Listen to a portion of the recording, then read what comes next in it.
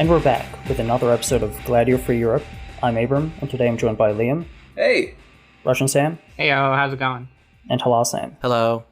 And today we're gonna discuss a very 90s political sitcom movie, I guess. Wag the Dog. And it's a very 90s movie, a very 90s cast, and a pretty funny movie, but, not a very broad comedy movie. What do you guys think of it? I think that it's very honest in its depiction of how many members of the American political elite are pedophiles. Well, I would say that it's a relic of its time in many ways. In other ways, it holds up very well. Yeah. And it's just an all-around fun movie to watch. And I think that saying that it holds up is an understatement, because this movie is fucking Nostradamus. You can go in every single frame in this movie, comes true. And I think part of that is just how repetitive everything has been since probably the 1980s, since just the news became like this thing that's on TV constantly. So just all the themes that exist in this movie, or it existed prior, and will be repeated in the following years. But let's get into just a little basic premise of the movie. So the movie is the president has an affair with an underage girl. We never see the president or the girl or anything like that. All we see is that the White House staff hires in a spin doctor to try fix this and get this away. And his plan is to fake a war, get a Hollywood producer to fake the war, and the movie goes on like their little escapades for like the 11 days prior to the election of just like faking this war to try get the headlines about this affair out of the news cycle and just have everybody focus on like this war that the president is winning. Yeah, and one thing I just wanted to add is that this is written by David Mamet, who's one of the most famous playwrights and screenwriters around. And he's probably best known for Glengarry Glen Ross. And it's kind of interesting to see him bring his like witty style to this like high stakes political movie. And I gotta say, I don't think that everything about this movie works 100% of the time.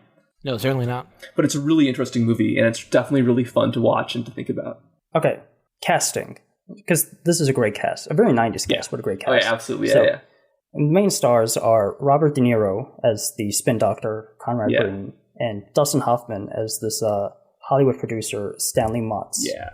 And Motz is spelled M-O-T-S-S, which doesn't come up in the movie, but if you just Google that, it's men of the same sex. So he's not married in the movie, and I guess maybe the implication is that he is one of those closeted gay men Hollywood producers, but right off the bat, let's just get that out of the way, because it doesn't actually come up in the movie. He is directly inspired by Robert Evans, this real-life, big-time 80s, 90s producer, who is just known for being this total psycho, and probably best known for being involved in both a murder case and also being on the side a coke smuggler.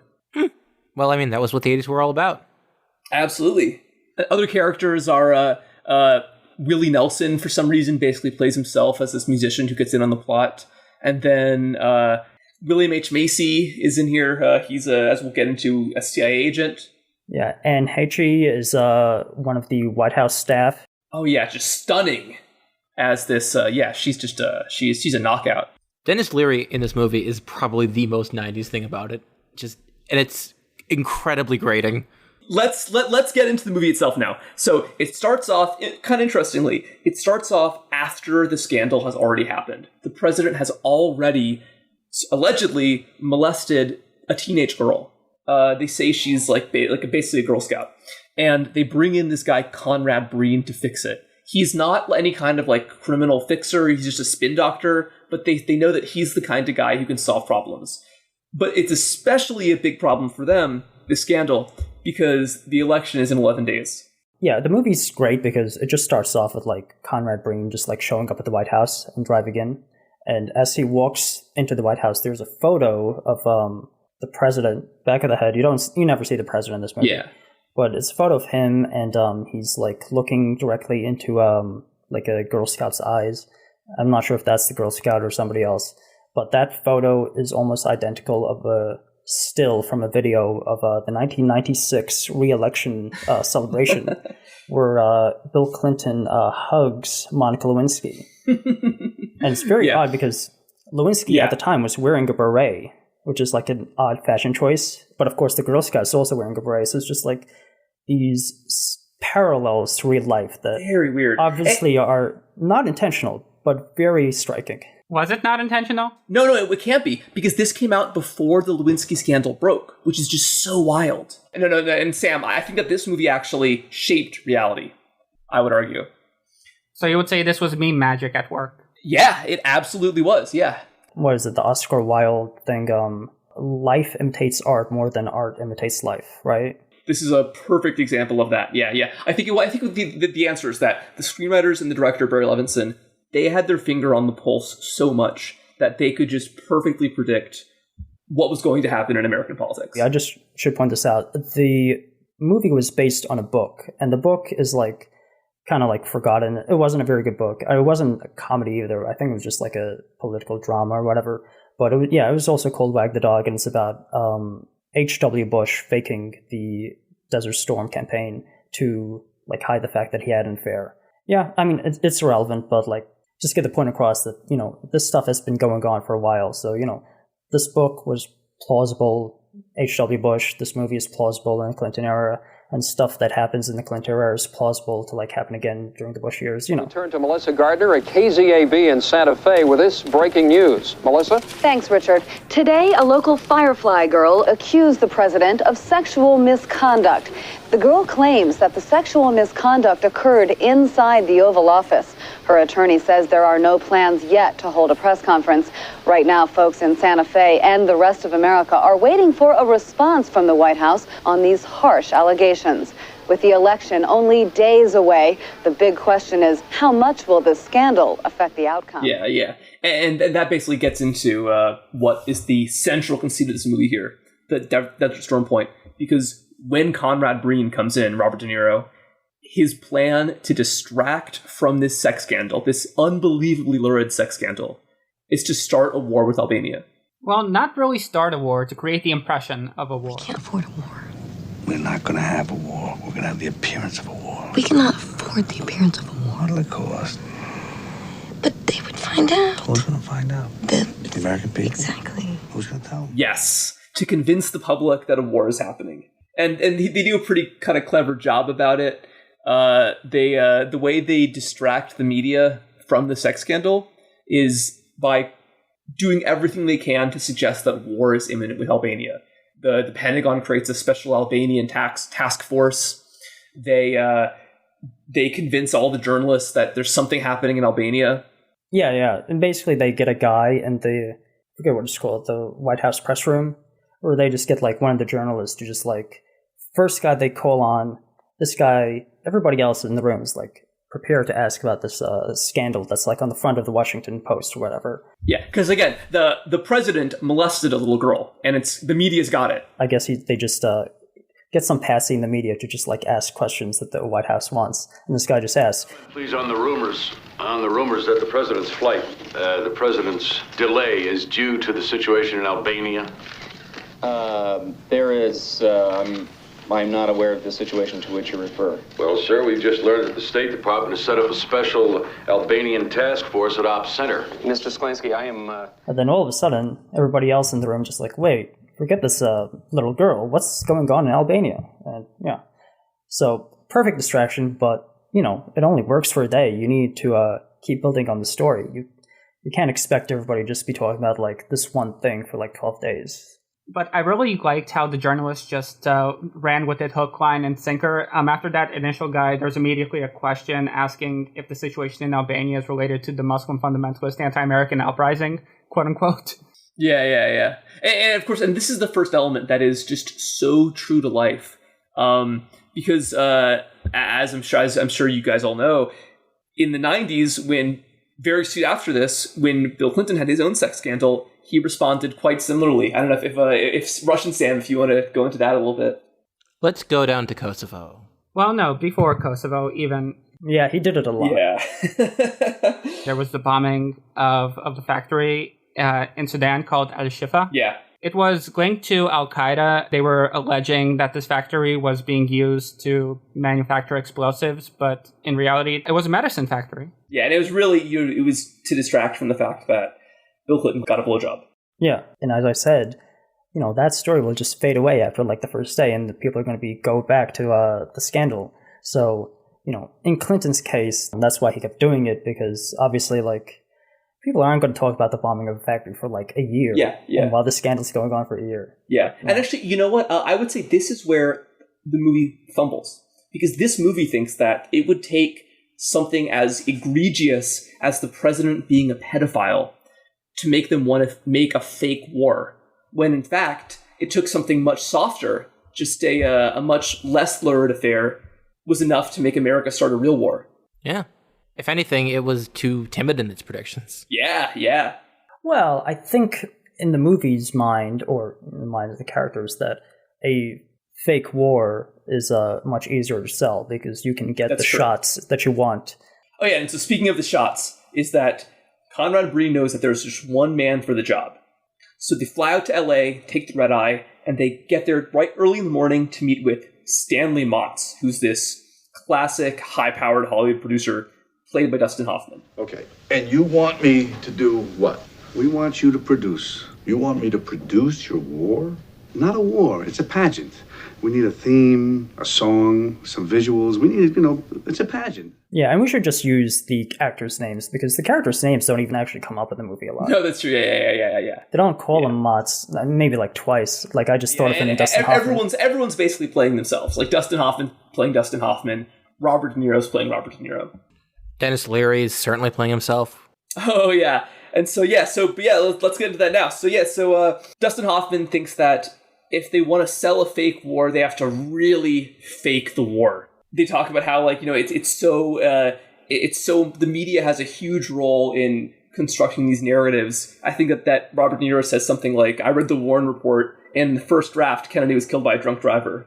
I think at this point we should probably clarify what the name of the movie means. It's from like a proverb or something, where it's like, why does a dog wag his tail? Because a dog is smarter than his tail. If the tail were smarter, it would wag the dog, which shows up in like the titles, but like, I don't know, it's kind of like very stupid. I don't get it, but the implication is that the tail is the White House and the dog is the media in this case. So, the White House is playing the media, and the media is just like too stupid to understand what's going on, and just, No, yeah. It's that the impression of politics is much more important than policy itself. Are they too stupid, or are they willingly playing along? They're too stupid in the movie. In real life, they're playing along. But yeah, in the movie, they're just... Which is also why this is a movie that comes up with, like, media people. Like, they reference this movie a lot because, unlike something like the Noam Chomsky book... Manufacturing Consent. Yeah, Manufacturing Consent. Unlike that, which actually implicates the media's role. This movie does not implicate the media at all. So you can just, like, lay the blame entirely on the White House and, like, ignore the fact that, like, the media plays a role in all of this. Oh, absolutely, yeah. But yeah, okay, Dustin Hoffman, he assembles a team of Avengers. Yes. It's kind of like that famous line about the Spanish-American War, when Willie Randolph Hearst was really interested in promoting war in Cuba. I think the line was, he told an illustrator, you give me the pictures and I'll give you a war. And that's basically what happens. If they can fake atrocities, they can justify military action. In this case, the military action is fake, but it's the same idea. And so, yeah, like you said, Abram, they get this crack team of Hollywood specialists here. You got Willie Nelson playing this, like, country singer. Dennis Leary playing himself is I guess he was like a hot actor at this point. I don't know.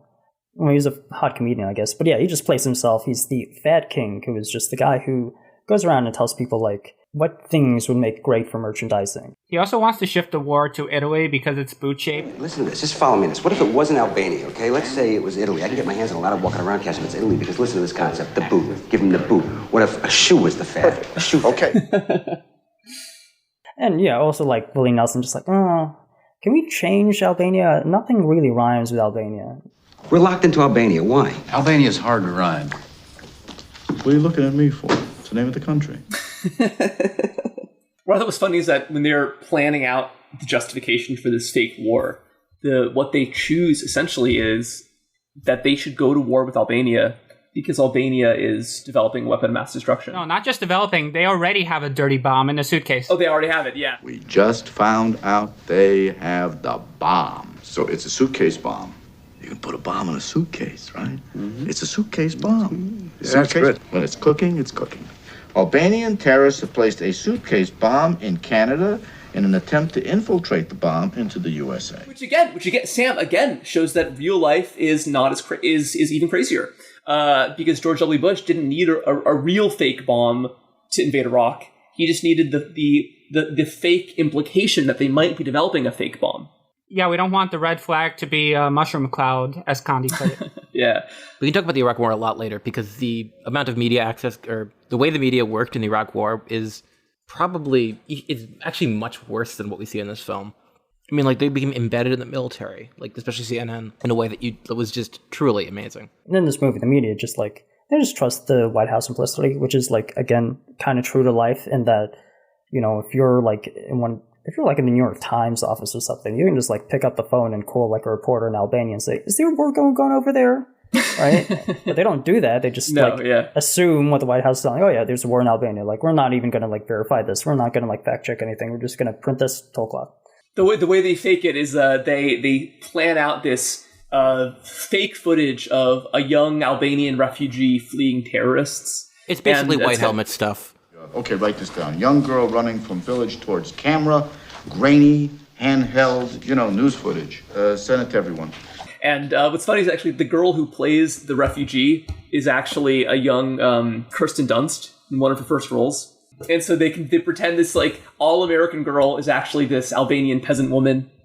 And the whole thing is totally green screened. Okay, let's try to shoot one. Okay, Tracy, I want you to stand right over here.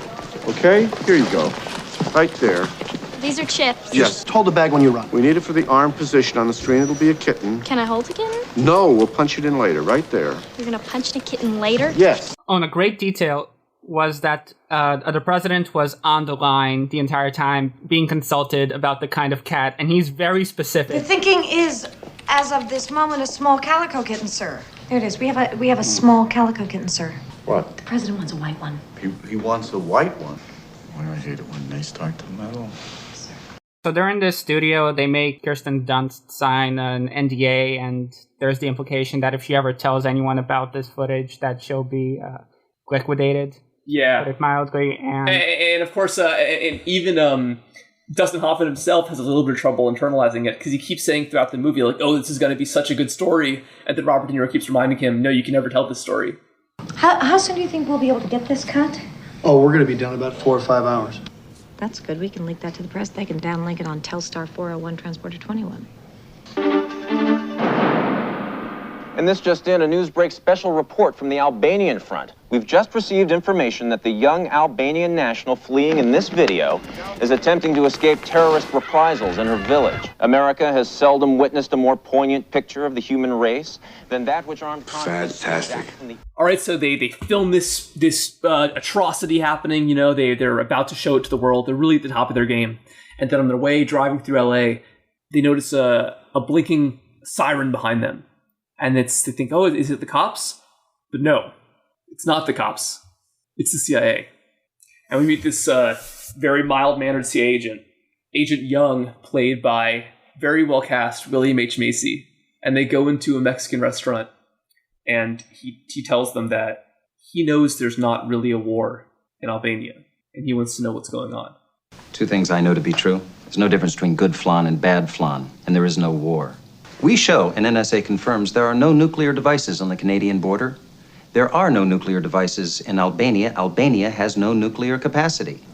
There is no war. Basically, what he's doing there is that he wants this to stop, because this movie's politics goes is the CIA are just, bureaucrats, basically, just agents of the state who are, apolitical, aren't interested in, re-election of the president. They're just like, there's no war going on in Albania. You can't do this. You can't lie to the American public. This is a really common depiction of the CIA as like the apolitical professionals. I know that movie Green Room on Netflix now, it's the same kind of thing. It's the idea that politics is sinful and tainted, but state service is immaculate.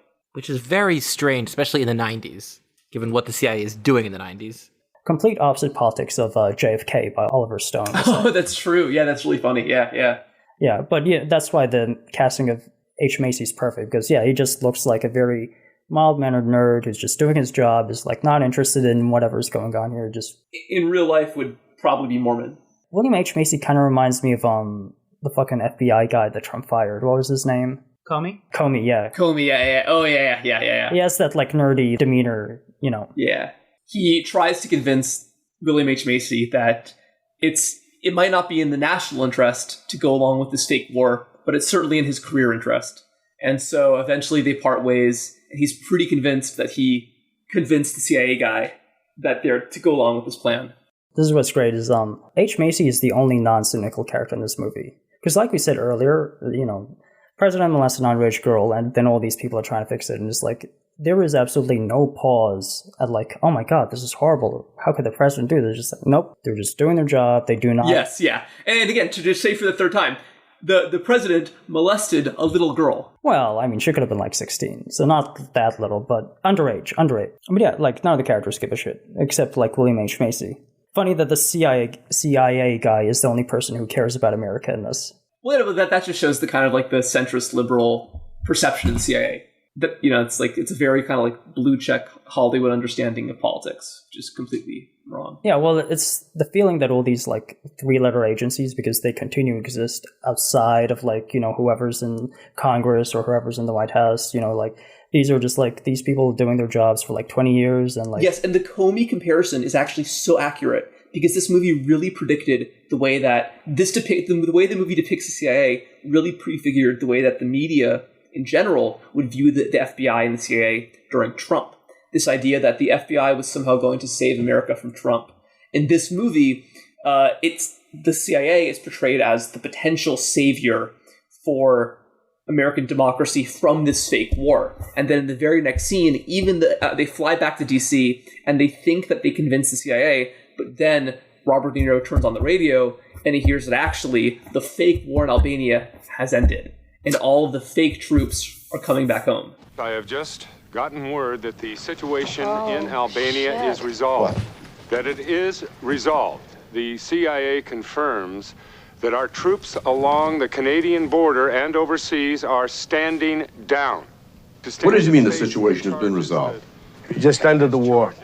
He ended the war? The CIA. CIA? CIA. The CIA? I thought they let us out of there too easily. H. Macy does them the good service of like not saying exactly what happened, but he has ended the war. So they realize it's only 9 days to the election. They gotta find a new distraction. Yeah, they need a new angle. Yeah, they gotta keep this rolling. They can't just like stop. I mean, there's gotta be something that we can do to like salvage this. You know what it's like? What? The Japanese. What? In the caves. Go on. Okinawa. Go on. They didn't believe the war was over. That's right. So now we have a guy who doesn't believe. No. We have an American serviceman. A brave American serviceman is left behind. A hero. And then, lo and behold, they found their guy, Sergeant Schumann, part of the operations, who was taken as a prisoner of war and abandoned. This is another thing that's very dated, is the idea of America having POWs. It's like, aside from Bo Bergdahl... I'll disagree with you there, because, so like Sam said, they have this fake war hero that they have to rescue, because even if all the troops are gone, maybe there's one man left behind. You know, they said it's kind of like the Japanese guys on the islands holding out. So they pretend that there's a man named Sergeant Schumann who's trapped behind enemy lines that they have to rescue. And what's funny is that this is another thing that really happened. The idea of a fake war hero and a fake rescue. So you guys know the story about Jessica Lynch in 2003? Yes, in Iraq. They claimed that she was behind enemy lines in Iraq and rescued her, and she later said the whole thing was bullshit and was completely ostracized for it. As I remember it, what had happened was that she was taken as a prisoner, but they just had her in a regular hospital where the doctors were just treating her injuries, and then these Marines just came in. Yeah, the Marines broke into the hospital. That's what it was. Yeah. She was basically she was stranded. She was stranded and wounded, and she ended up being basically rescued by Iraqi civilians and taken care of in an Iraqi hospital. And then they wanted to frame it as this damsel in distress. She was very young too. She was probably only 19 at the time. This young West Virginia farm girl trapped in Iraq, presumably about to be, tortured and ravished or whatever by the terrible subhuman Iraqis. So they went in guns blazing, and then she testified before Congress that the entire thing was fake. Even worse, the story also said that she had like gone down fighting.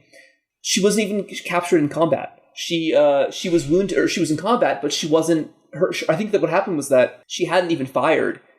She was wounded, and then she ended up being basically left for dead by her own unit. And the Iraqis treated her in their hospital. Yeah. But anyways, this goes to show that this is certainly the kind of thing that really would happen just a few years after. The idea of constructing a fake war hero to drum up support for an unpopular kind of campaign. Yeah, and the way they get Truman is like kind of, it's amusing where they kind of reverse engineer. We're just like, old shoe, that's like a nice phrase. And then like they make up a song. This old shoe. Willie Nelson writes a song about old shoe, and then Dennis Leary picks up the phone, just like asks, "Is there like any soldier named like Shoe something, Schumacher, Shoeman?" And and then they find somebody named Schumann. But yeah, they construct the story first, and then find somebody to fill in the role after the fact. Which I guess is trying to be really clever, because like the tail of the story is wagging the dog of the mission, I guess. That's what they're trying to do there. No, I think that's more like describing how a producer-led production works. Oh, right, yeah. Yeah, in Hollywood, you think of it like you have a screenwriter who writes a great script, and then a producer picks it up, finds a director, and goes like that. But there's also like a lot of movies, a lot of like shitty B movies from the 80s, where it's just like the producer has an idea and then finds like a screenwriter to like fill in the details of like his various ideas, and then grabs the director and yada yada. Or like in a movie like in like a Star Wars movie where they add a character just because they know it'll make a good action figure. Yeah, exactly. Yeah, this is why we have like the character as a producer and not like a director or like a writer. Right. It's all, thinking ahead. That's what producing is. It's like being a plumber. Yes, like being a plumber. Do your job right, nobody should notice. Mm-hmm. So only when you fuck up, everything gets full of shit. Mm-hmm. and the fact that he's a producer and not a director is actually pretty significant within the context of the movie, because Dustin Hoffman is always complaining that as a producer, he never gets any credit.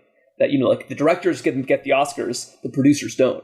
Yeah, and because there is an Oscar for like best movie, and it's tradition that the producer accepts that award, but it's also like, producers aren't household names the way that directors are, or even some writers. I think more writers are household names than producers. Probably so, yeah.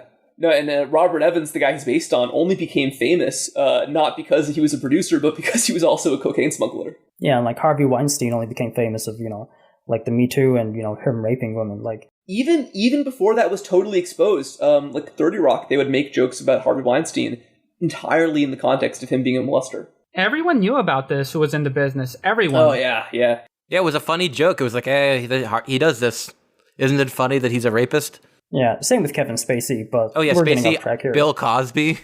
I know that like apparently every like young male actor has a Kevin Spacey story. Speaking of actors, they have this very strange little moment where they get Jim Belushi to come on speaking Albanian, because I guess, his family is of Albanian descent. As a callback, in an earlier scene, they say, like, brainstorming, just like, who's Albanian? Jim Belushi's Albanian. Yeah. And, like, John Belushi? Jim Belushi? Jim Belushi what? Albanian.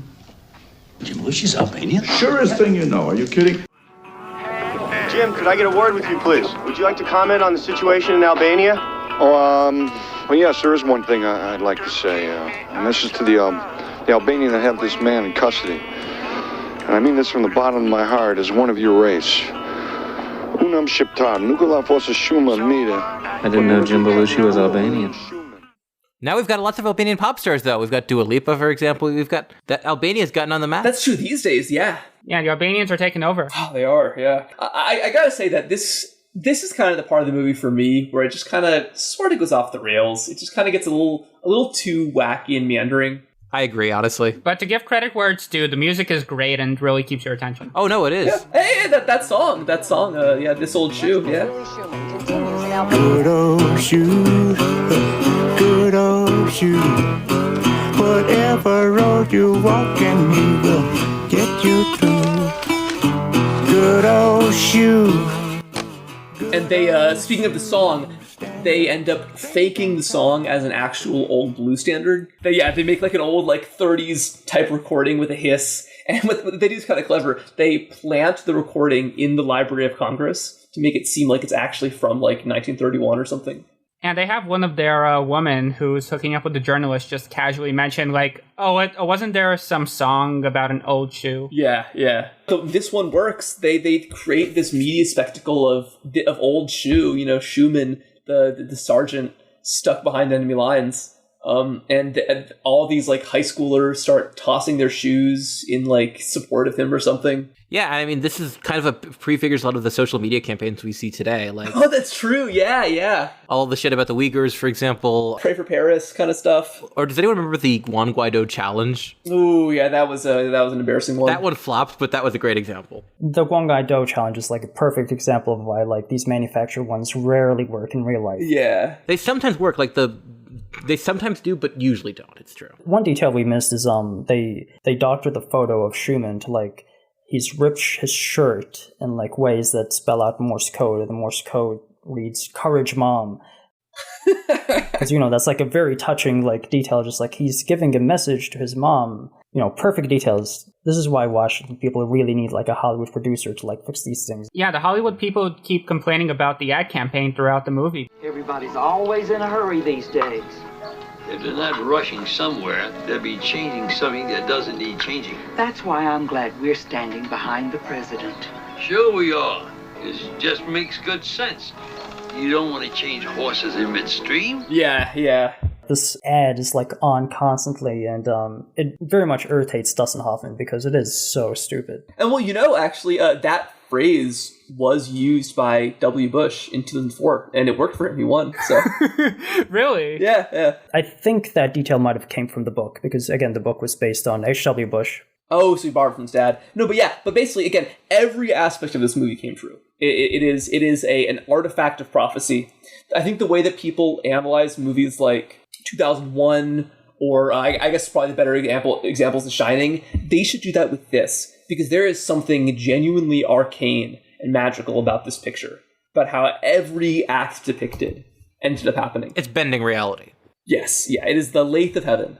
This movie has a really great exposition of the creative process, by the way. Also, our good friend Liam here is our official Hollywood correspondent, so he can go into this a little better than we can. So throughout this movie, you constantly see these Hollywood people deliberating with each other and talking about different ideas, and it's just like, oh yeah, that's great. Oh no, that's stupid. And it just really shows that this is a collaborative process. It's not like you have these solo geniuses who are just pumping out hit after hit after hit. It's more like, no, it's rule by committee. Yeah, I think the perfect detail is they're just sitting around late at night, and Dustin Hoffman asks Robert De Niro, "Oh, what time is it?" It's like 3:03. And 3:03, perfect. And then that number 3:03 becomes like the number of the military battalion that Schumann is in. They write a song. The song goes off. Oh the fighting 303s. Yeah.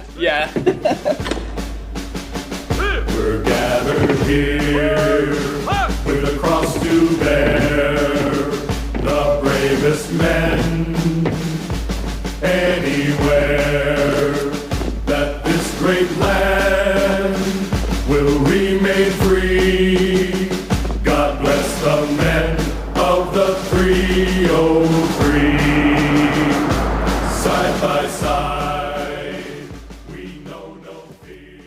Well, that's what I mean by when I say like the tail wagging the dog. It's all throughout this plan, like things that what they consider about the plan, this like phony war and the phony rescue mission. It's not so much the content of the mission itself. It's how can they market it? What about it will make people want to sing a song called This Old Shoe? What can they do to really get the American public on board and distract them? What little details can distract them from the fact that the president has this lurid sex scandal? Yeah, and this is why they couldn't really go to war. They have to manufacture war, because you don't get these like perfect details in like a real war. You need to manufacture them. But you can at this point, though. You can do that in war. It doesn't work very well, but they do try, like with the... Well, you fake them. That's why you have the Jessica Lynch thing. It's you fake them. Yes, exactly. Like Bana, there was a real 7-year-old girl named Bana al-Abed, but the whole campaign was really manipulative and farcical. And so Sam, you're saying that the white helmets themselves are also the same kind of thing? I would say a lot of the stuff is completely and obviously manufactured and meant for foreign consumption and sympathy to justify war. It's a lot of it. It is a media operation that does occasionally rescues people. Juan Guaido himself, it's the same kind of thing. Like, he was this essentially a minor Venezuelan politician who, based on this technicality of the Constitution, that was itself rooted in this like unconfirmed allegations of fraud, meant that they could say he was the president now. Yeah, it's just complete nonsense.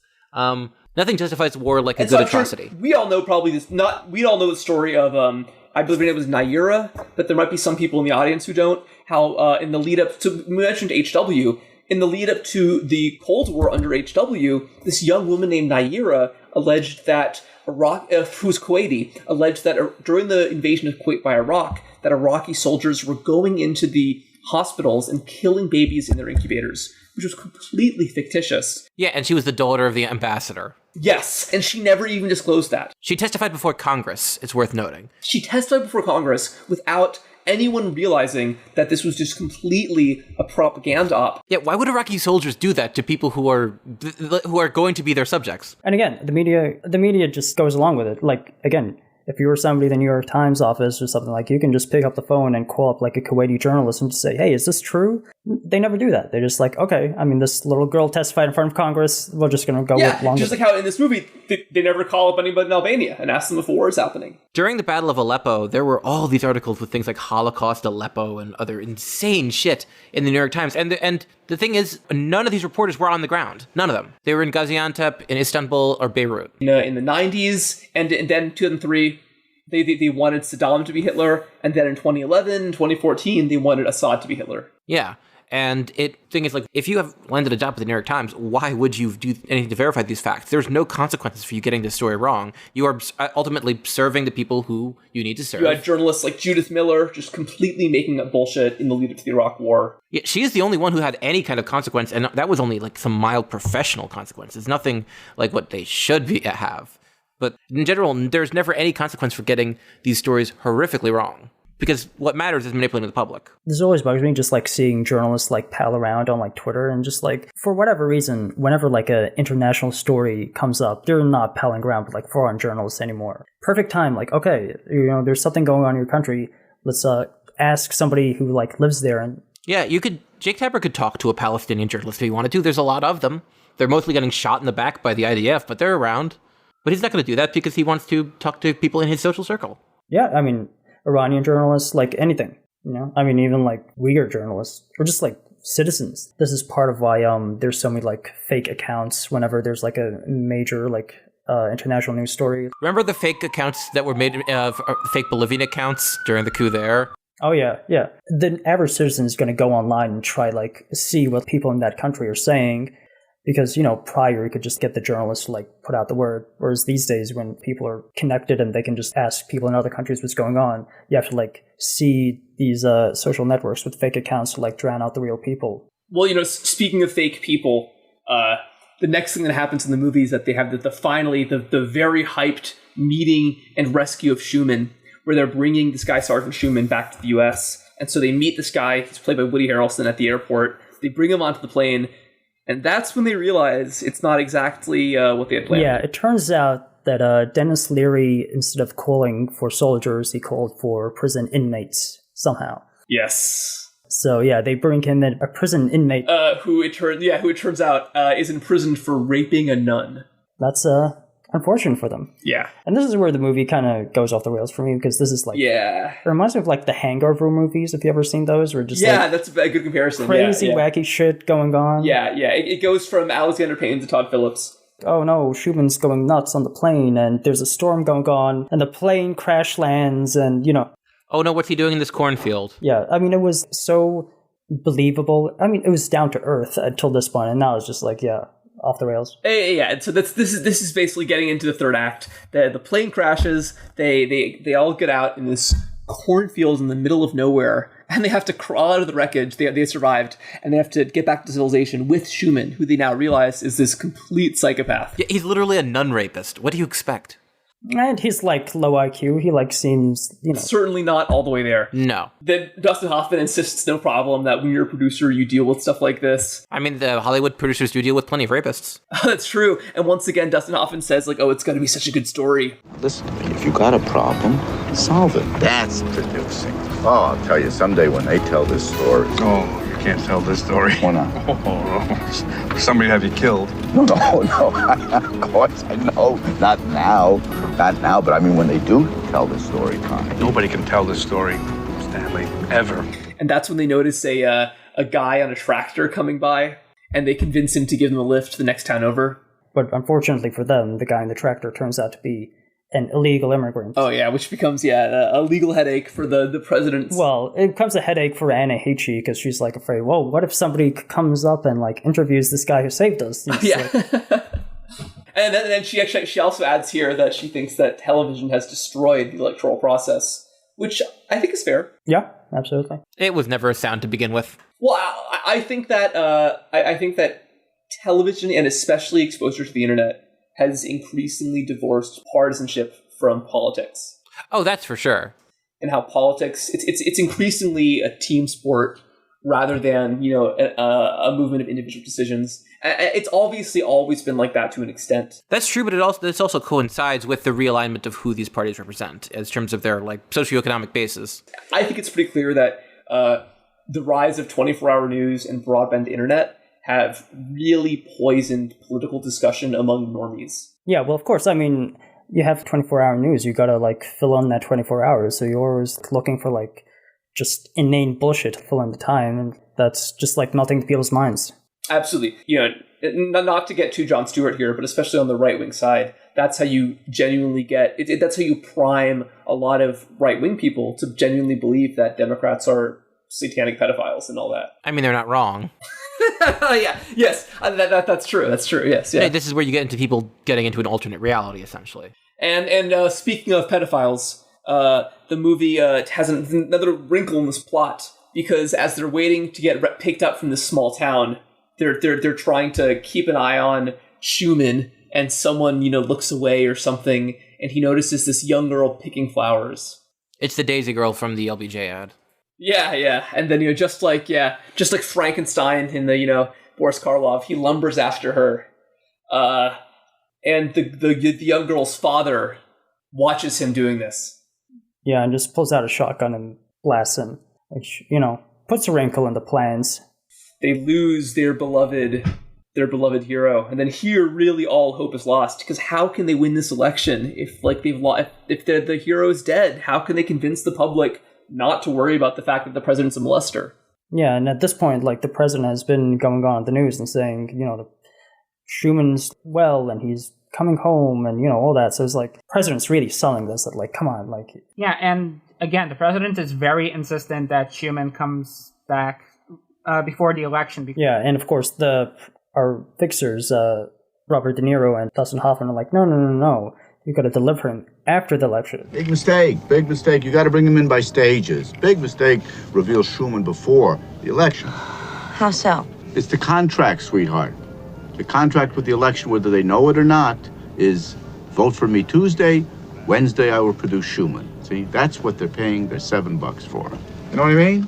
It's very interesting how much we see of the president's, what he, his preferences and what he wants and how he's directing things, but so little of who he actually is as a person or a politician. Yeah, I mean, this is like a thing in 90s movies a lot where, like, you try not to actually politicize the movie because, like, if you ever seen, like, a movie like Deep Impact or, like, Independence Day or whatever, they never mention what party the president's in. It's just like, he's the president in this movie, and, you're not actually supposed to, like, think about real politics or just try to think about the actual situation going on. And, it's kind of different in this because it's, like, a political comedy, but, again, you're not really supposed to, like, think about real-world politics. You're just trying to, like, think about the plot of the movie. And so I guess they realize there's one way they can save this plan, which is that, the only thing almost as good as a hero's homecoming is a hero's funeral. Yeah, and it's actually much better for them because obviously Schumann's like a nutcase. Oh, it's a psychopath. Yeah. They don't have to deal with him. Yeah, I mean, they were saying like, okay, we put like a we just get Schumann to like walk in a straight line, and then we like put some like meat on his cuff, so like the dog runs up and chases after him and stuff like that. It's like walking in a straight line. This guy's like a nutcase. You can't get him to do that. Oh yeah. But then they do bring in that one part of the plan back, because so that the funeral happens. It's at Andrews Air Force Base. Everyone collects there for this beautiful funeral, and then you see the dog running after the coffin because they probably rubbed it with beef grease or whatever. Yeah, it's perfect. And we also get the song of, the 303 song again, which, again, goes off. Yeah, and it does. And the thing is, Dustin Hoffman is just so happy and so pleased with how well this is going. He thinks it's his best work, essentially. It's the best work I've ever done in my life. Because it's so honest. And he wants to tell everyone about it.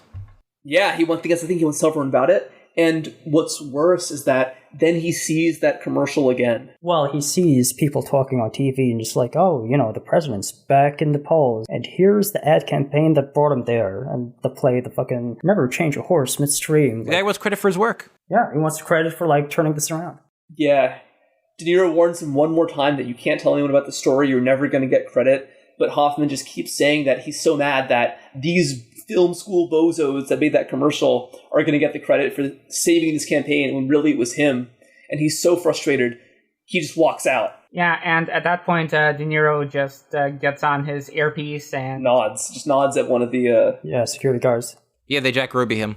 And as then the next day we hear that this famed film producer has suddenly died of a heart attack in his home in Los Angeles. But he finally does get the credit he deserves, because everyone's talking about him and all of his amazing work and all of these great films, so... But not the fact that he produced war propaganda. And one last bit of comedy to wrap up the movie is... In this just in, a group calling itself Albania Unite has claimed responsibility for the bombing moments ago of the village of Close, Albania. The president was unavailable for comment, but General William Scott of the Joint Chiefs of Staff says he has no doubt we'll be sending planes and troops back in to finish the job. Oops, I guess they might have accidentally started a real war with this fake war. Yeah. And so the president does get reelected, but then they have to it suggests they're going to do a real war with Albania. So that was Wag the Dog, this very weird, very 90s movie. I gotta say, I don't love it. I think that as a movie, there's a lot of elements that were just kind of weak, that just seemed a little bit low energy, where the characterization wasn't totally fleshed out. Especially towards the end.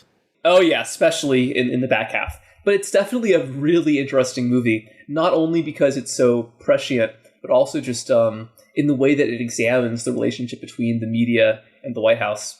So I think it was pretty fun. What do you guys think? It's just so honest. It is right in its depiction of how the state can direct these things, and the media just follows along. Not because they're stupid, but because they know it's their job, at least at the top level. Although the movie leans more into them being stupid.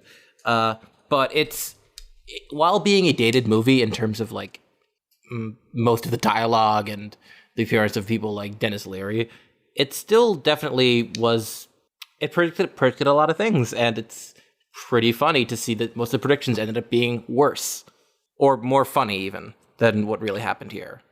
And maybe they were just taking notes and decided, yeah, this is a fun subplot. Why not? Let's drive the people who are paying attention crazy and just go with it. Because none of this stuff actually makes a difference, really. No, it doesn't matter. There's no consequences for any of this, at least not for the people who are doing it. And they said the only consequence is the guy they have to shut up at the end. Yeah, the consequence is real for the Iraqis or the people of the Balkans or all that shit, but not here. Yeah, everybody who is a political operative in this movie has no consequences, and the only person who does suffer a consequence is the producer, Dustin Hoffman, who is just basically, he's a very powerful person, but he's still, at the end, just a civilian they bring on. I will say the other thing that really rubbed me wrong way about the movie, though, was the depiction of the CIA as like an apolitical, competent, and with the best interests of the public at heart, or democracy, or whatever the fuck, which is simply not true. Yeah, and so many people think of the CIA that way. Probably most Americans. Yeah, I bet the CIA has probably a better image than any president. Oh, absolutely. I remember seeing some polling of like Democratic voters. This was a couple of years ago. Yes, I know the one and, you're talking about. Yep. Yeah, like the CIA was near the top. You guys know what the most trusted institution was? Amazon. Oh my god, that was awesome. That makes me so mad. I'm just gonna become a third worldist. You should. They honestly, it's amazing. Fucking Amazon. That makes me really just feel very grim and I don't like that at all. This was also at the time when Trump and Bezos were having their very public feud. I should add, but it's still pretty insane. Right? Yeah. That was the great moment. That was when you had like Democrat apparatchik types going on Twitter saying that Bernie Sanders was helping Trump by saying that Amazon should have unions for its workers. Yeah, that was awesome. That was great. But the CIA thing. Plenty of people know about CIA atrocities, but they all think, oh, that's in the past. Like, yes, they may have overthrown the government in Iran. Maybe they know about that now, or Guatemala. No, it's the same bastards running the show. Yeah, it's the same, or their kids, and it's just with more Mormons now is the only difference.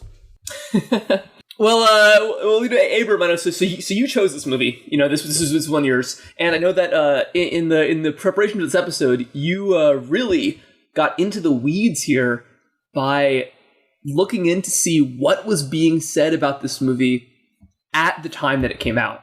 So before we get into all the various articles and posts that I've assembled to discuss the similarities this movie has with the things that happen afterwards, I'm just going to give a very brief timeline of events of what happens immediately after this movie comes out. So Wag the Dog is released in theaters in December 17th of 97, and the news of the Lewinsky scandal breaks January 17th in 98, so exactly 1 month afterwards. Mm-hmm. And then, Clinton admits that, in grand jury in like August, that he engaged in improper physical relationship with Lewinsky. So that was like several months later, like 7 months later. And then, August 20, 3 days after he admits that, he does Operation Infinite Reach, which is, launching the missiles against Al-Qaeda in Afghanistan and the Al-Shifa pharmaceutical, factory in Sudan, which they said was a weapons factory. And, we discussed that earlier in the episode. Yeah. After this, like a couple months later, October 31st of 98, he signs the, Iraqi Liberation Act or whatever, which starts Operation Desert Fox, the bombing campaign. And that was in December. And, December is when the articles of impeachment stuff for the Lewinsky scandal was supposed to happen. But because of Desert Fox, he manages to delay that until January of the next year. But of course, just delay. In the movie where he just does this thing and then it completely erases the sex scandal out of the limelight. It just delays it. And this is just an amazing timeline because as soon as the movie comes out, pretty much, these events happen. This is all less than a year after the movie comes out. Yeah. And it really seems like at the time, Americans were well aware of these similarities. Oh yeah, definitely. Just one final thing is, in February of 99, he's acquitted. They have the trial in the Senate and he's acquitted and, he's a free man. Yeah. Getting a blowjob is not a crime. Yeah, thank God. But while the trial was going on, shit was going down in Yugoslavia against the Serbs and the Albanians in Kosovo. I have no idea how to say them. Kosovar, I think. Kosovars? That sounds right. But yeah, then the airstrikes start in March 24, 99. Obviously, these NATO airstrikes would have happened, no matter what. But it does feel like something that's very beneficial to Clinton because as soon as this impeachment trial is over, now there's this war going on that he has to get out in front of cameras and talk about. So perfect. This war is kind of pushing that sex scandal out from the news cycle and, just taking up everybody's minds. Okay, so that's the basic timeline. Let's get into the details as seen through these posts and these news articles. This is titled Saddam and Bombing by John T. And this is from January of 98. The traitorous man sitting in the Oval Office is rumored to want to play Wag the Dog with our soldiers, sailors, and airmen's lives to try to get the people's mind off his scandalously perverted sex compulsions. Of course, if he loathes our military, as he stated he does, a few thousand lives don't matter to him. He thinks he's more important. And then a while later, a man named John H. replies, whether you agree with the president on Iraq or not, you'd have to agree that the problems in Iraq are anything but phony, and stretch back for almost a decade now. sheesh, are we going to see insipid Wag the Dog posts every time we have a military action from now on? John H. is probably a blue check these days. I compiled a couple of posts from Usenet, and most of them are named John. So I guess John was like the most common Gen X name. I mean, these are all different people. It's just they are all named John, which is funny. Yeah. In February, after the bombing campaign already stopped, thankfully, but there was a protest in D.C. where people reference Wag the Dog. I dug this up, just photos from the protest in DuPont Circle. And just the caption says, a couple thousand people showed up at a DuPont Circle in Washington, D.C. and marched to the White House to express their disgust and outrage over President Clinton threatening to bomb Iraq instead of continuing negotiations. Above is a photo of Wag the Dog Precision Drill Team in response to one chant of, no blood for oil. The drill team later chanted, no blood for Monica. People are making a connection that this war is just, to distract people from the Lewinsky scandal, and, this is Wag the Dog all over again. I think this is a good example of cultural degradation, because in the late 90s, people were comparing politics to David Mamet movies, and today the best you'll get is that Trump is Voldemort. Well, I mean, I guess that's just the kind of shitty movies that we get these days. But what are you going to do? Here's a headline from Entertainment Weekly from March of 98. It says, what's must-see in Saddam Hussein's Iraq? ABC News reports that a poor-quality pirated video of Wag the Dog aired in the besieged nation on February 18th. I saw some references to this, and people always say Saddam Hussein airs Wag the Dog on Iraqi TV, and just like, I don't think he was personally responsible for that. I think that's just, Saddam did have impeccable aesthetic taste, though, so I wouldn't put it past him. Oh yeah, definitely. You've seen those paintings in his bunkers, right? Yeah, and all this furniture is very reminiscent of Trump Tower. Yeah, no, definitely kindred spirits. Let's continue. So this is all stuff from early 98, around mid-98, when the Al-Shifta bombing, taking out Al-Qaeda in Afghanistan and, killing innocent pharmacists in Sudan was going on. The New York Times publishes this article called, Is Life Imitating Art? Wag the Dog Springs to Many Minds. In the movie, the president's handlers invent a war to distract public attention from his sexual transgressions. In real life, was the Clinton administration doing something similar? These Americans may well represent a minority. A random sampling of opinions around the New York region yielded at least as many people who said the president's authorization of military force in Afghanistan and the Sudan seemed wholly justified, and that the United States could never be too aggressive in its efforts to stamp out and deter terrorists. Yeah, and this is something I saw a lot in the various Newsnet posts, which is that even people who didn't like Clinton were just, very on board with this. And even politicians who didn't like Clinton were on board with this. I believe Newt Gingrich, who was, the Speaker of the House at the time, said that, we will go on with the impeachment stuff, but we need to support Clinton in this and later in the NATO bombings. Kenneth W. Starr, the independent counsel investigating the Lewinsky matter, fielded a question about Wag the Dog from reporters on the steps of the courthouse in Little Rock, Arkansas. Yes, I have seen it, Starr said with a chuckle. Other than that, I'm not going to comment. Representative Bob Ney, a Republican from Ohio, mentioned the movie in his defense of the president's actions on Thursday. I don't think the president would be foolish enough to do a Wag the Dog, he said, according to the Associated Press. Yeah, we see, even Republicans were completely on board with the bombing, even if they disliked Clinton themselves. Amanda Urban, a prominent Manhattan literary agent, said that she immediately drew a connection Thursday between Wag the Dog and the news reports that she was hearing, but that she shuddered at the serious thought that she gave to the parallels. It's downright scary that we have to consider the possibility, Miss Urban said. These are incredibly cynical times. I'm still, torn on this. I definitely feel like these things were stuff that, the military brass wanted Clinton to do, and just, the fact that the Lewinsky scandal was all over the news is what kind of pushed him over the edge into, going through with them. I don't think he was, just going around to his staff as, what can we do to, get this out of the news? I think it was, the other way around. Mm-hmm. Bombing Iraq, bombing Afghanistan, bombing Sudan, that's all over with now. Let's get into bombing Yugoslavia. So, as I said, in March to, June, the NATO bombings of Yugoslavia was going on. So, impeachment was over. He was acquitted. Nobody cares about Lewinsky anymore. Well, people do care about Lewinsky anymore, but, nobody's going to hold his feet to the fire for Lewinsky anymore. In the movie, they manufacture a soldier being captured behind enemy lines, Sergeant Schumann. And so here we go. CNN article 94. 3 U.S. soldiers were held captive by the Yugoslav army on Thursday after it said the 3 men were captured on Serb territory and resisted arrest.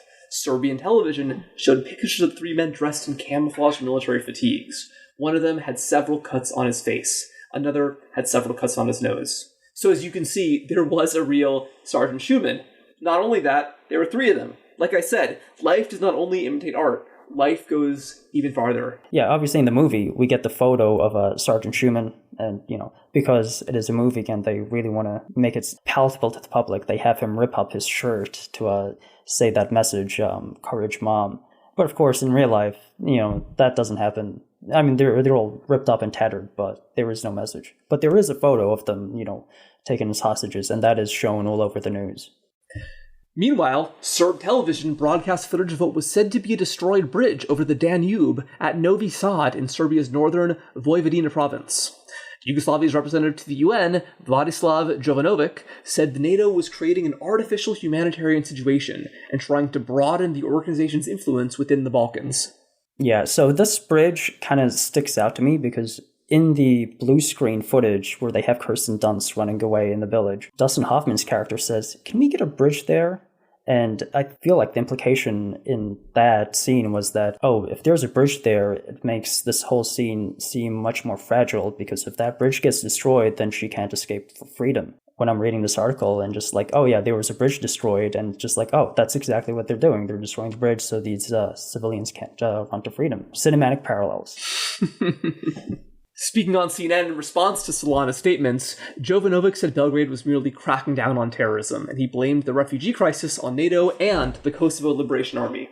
Albanian terrorists, in close cooperation with NATO, have told the people to escape from Kosovo in order to manufacture an artificial humanitarian situation. NATO has accused the Yugoslav authorities of deliberate identity elimination of ethnic Albanians in Kosovo. Obviously, this is in Kosovo, but these are Albanians. Like, again, cinematic parallels, these are Albanian citizens running for their freedom, and that's what we're fighting for. Don't think the screenwriters could have predicted this so perfectly, but... And you won't fucking believe it. That's not enough, because not only were these 3 actual Sergeant Schumans captured, I don't know, do you say, is it Schumans or Schumann? No, I'll say Schumann. But in any case, not only were they captured, but the United States that thought that there was only one way to show their support to bring these boys back home. There's one more CNN article from April 15th, 1999. Inspired by a recent report on the Kosovo crisis, composer Steve Gooden gathered a guitar he purchased for a friend, and 15 minutes later came up with a song dedicated to the 3 American soldiers held captive in Yugoslavia.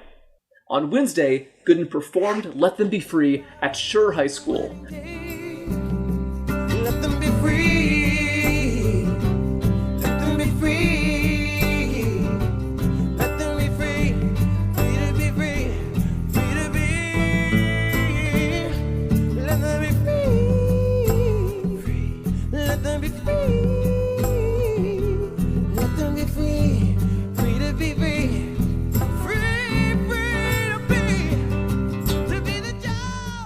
I only found out about that song because I was scrolling through Usenet looking for posts about all of this stuff, and I saw this post just entitled "Similarities Between Kosovo and Wag the Dog," where another man named John says, "NATO says it's protecting Albanian refugees with pictures of Albanian refugees flooding Western media.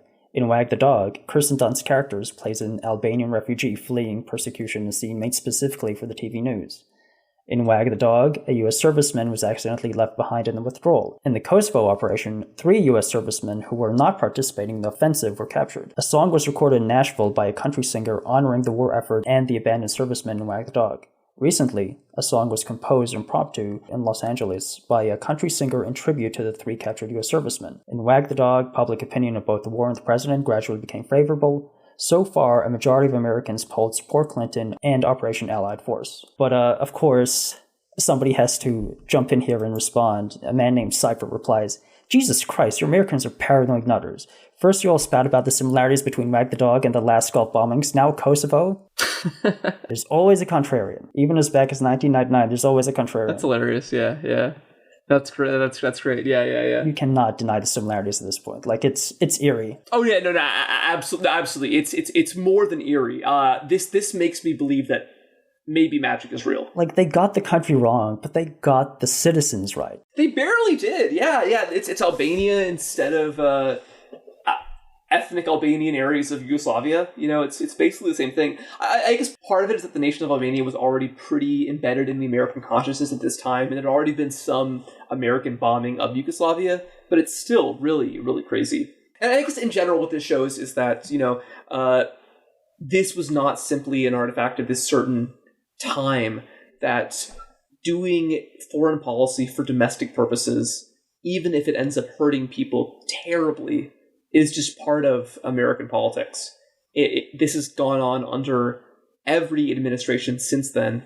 If I remember correctly, didn't Trump shoot some missiles at Syria, basically to distract from some kind of domestic crisis? He obviously did the Soleimani killings and ramped up shit with Iran, where it looked like he was, not going to do well in re-election. And at the same time, that's when impeachment was going on, right? Yeah. So, but that's exactly like what Clinton was doing, and it's also very similar to what's going on in the movie. Absolutely. No, yeah, absolutely. Yeah, Clinton attacks Iraq when the impeachment's going on, and Trump attacks Iraq, but he kills Iranians in Iraq. Yeah. History doesn't repeat itself, but it often rhymes. Absolutely. And it just goes to show that empire is incredibly brutal. It's not necessarily brutal for important reasons. And I think that when there is such an unequal relationship between our government and the governments of places like Albania, or in real life, Sudan, the US can do whatever the fuck it wants in ways that often hurt people in those countries really, really badly. Obviously, these are things that were going to happen probably no matter what, but maybe ramped up to be much more palatable for TV audiences. And yeah, a lot of innocent people get killed in this shit, and it's just so to distract from domestic affairs. Every single thing that America has done in Afghanistan is just completely worthless, and everything would have been perfectly fine if nothing happened, right? Obviously, with the NATO bombings, I feel like this is one of those things that I'm conflicted about. Serbs were going nuts, but I don't think they should have been bombed the way they were. I think that Yugoslavia is one of those issues where if an American has very strong opinions on it, you should probably disregard them. Oh yeah, definitely. And I will say that the United States certainly had no business getting involved in a conflict like that. I don't think it's possible for American bombings to make things better. For this, I prepared a New York Times article that sort of goes through this entire year and a half of shit, and it ends with just the sentence, "Jokes about the movie Wag the Dog became commonplace. Fittingly, the president in the movie, seeking to distract attention from sex scandal, stages a conflict in, of all places, Albania." And we're going a little long, so I'm not going to read the entire thing, but, the photos from the protests and, links to all these articles and other things are just going to be, in the description for this episode. So, you can go look there if you want to read a little bit more. Last thing that we're definitely going to read is this Yugoslav prize for Wag the Dog. So this comes in April 18th, 1999. So just 3 days after the real life This Old Shoe Song, the Yugoslav Academy of Film, based in Belgrade, decided to award the Best Picture Prize, its Special Crystal Prism, to the authors of the American movie Wag the Dog, whose contents became a tragic truth for our country and our people. This was in April of 99. Belgrade was one of the cities that was bombed by NATO in March of 99. So a month before, giving the prize to this movie, this city was being bombed by American forces. And this is the impetus for giving this prize to this movie. Yugoslav basketball player Vlade Divac, starting center for the Sacramento Kings, spoke during a press conference at the Regent Beverly Wilshire Hotel in Beverly Hills. The movie Wag the Dog, which tells the story of a fake war in Albania, organized by a U.S. presidential advisor and a Hollywood producer to draw attention away from a sexual misdemeanor, has received the top award from the Belgrade Academy of Film, Arts, and Science. A letter sent to the film's director, Barry Levinson, as well as actors Dustin Hoffman and Robert De Niro, was read by Divac. Belgrade TV stations aired Wag the Dog on March 26th, just 2 days after NATO began pounding the country in punitive air raids. The bombings were in March. This award is giving away in April. In May, Belgrade was bombed again, and the United States destroys the Chinese embassy and kills, 3 Chinese citizens in those embassies, which is a sore spot with China and US to this day. Yeah. Bloody history this country has. Absolutely. No, and this shows that politics is theater, and I'm sure politics has probably been theater going all the way back to the Barbary War with Jefferson.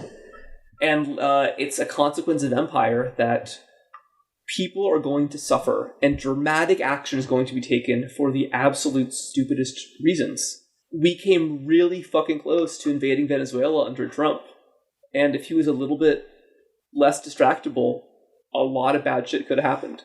I mean, one good thing is the public no longer has an appetite for this stuff. At the New York Times piece, just asking random people about this shit, and just like in my own reading of like Usenet posts asking about this shit, it seems like people were overwhelmingly in support of military intervention, like across the board. They did feel like the United States' role is to be world police, and if the United States doesn't intervene, then who will? That kind of thing. But after getting clobbered in Iraq and Afghanistan, during the Bush years, I feel like most Americans no longer have any appetite for like this kind of like foreign intervention. I hope so. I guess we'll find out under Biden. I know some people think that Biden is minutes away from starting a war with Iran, but I'm a little bit more hopeful. I don't know. Maybe if he gets us back into the Iran deal, I'll feel a little better, but I don't think he's actually going to like start an actual conflict. Yeah. I think that, knock on wood, gun to my head, I don't think Biden starts a war, but I wouldn't put it past him. And I certainly don't think anything about our foreign policy is going to get substantially better under Biden. It's going to be a weird 4 years. Oh, yeah. Or maybe it has been a weird 4 years if you're listening to this 4 years from now. That's true. Yeah, we shouldn't assume. Yeah, for all we know, people are listening to this podcast in the 23rd century. Yeah. America, what was that? Oh, that would be great. If people were listening to this to like figure out what the hell America was. Oh, that would be sick. Yeah. Future like undergrad, history undergrads, podcasts become the new like Livy and Tacitus. But yeah, I mean, I didn't give my thoughts on this movie, but I'll give them now. It was pretty good. It was, I think it's ironic that the movie experiences turbulences at the exact same amount where the characters experience turbulence in the plane. But, I mean, unlike the characters, I think the movie sticks the landing. It's just, kind of dips. It's definitely not a bad movie. It's just, there's a couple moments where it could have been quite stronger. Especially towards the end again. Yeah, there's like 10... I mean, it's a 90-minute movie, and I would say like 15 minutes are bad. Yeah. It is a consistently funny movie. It's not like a uproarious, like, laughing movie, but like every single line just like it's delivered perfectly. It's like kind of has that, yeah, it's very amusing. Like, and there's a lot of attention to detail. Like at one point you see a guy wearing a Fuck Albania shirt. They really put effort into this. It's a fun watch. I definitely would recommend it. If you have like 90 minutes, it, breezes by very quickly. And, yeah. Yeah. It's at least an interesting time capsule, but also one that isn't completely irrelevant today. Oh, yeah. And you know what? You should definitely watch it because anything that has not yet come true in that movie certainly will. Well, all right. Yeah. Well, hey, this was fun, fellas. Yeah. Another lovely episode of Gladiator for Europe. Yeah, that was good. Yeah. Thanks for listening. I was Abram. I was joined by Liam, Sam, and the other Sam. And this is Gladiator for Europe, signing off. Later. With courage and strength, our forefathers earned the right to be free. Now it's time to guard their dream. Guard our American border.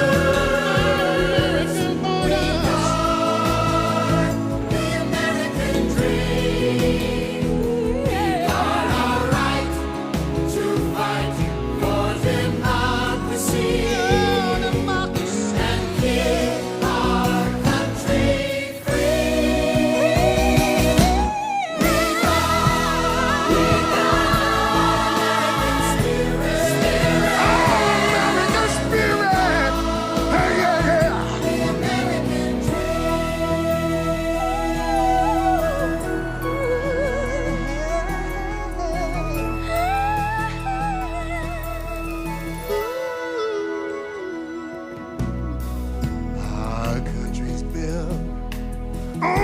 spark of liberty. And we as people must keep it free. It is for life, liberty, the pursuit of happiness.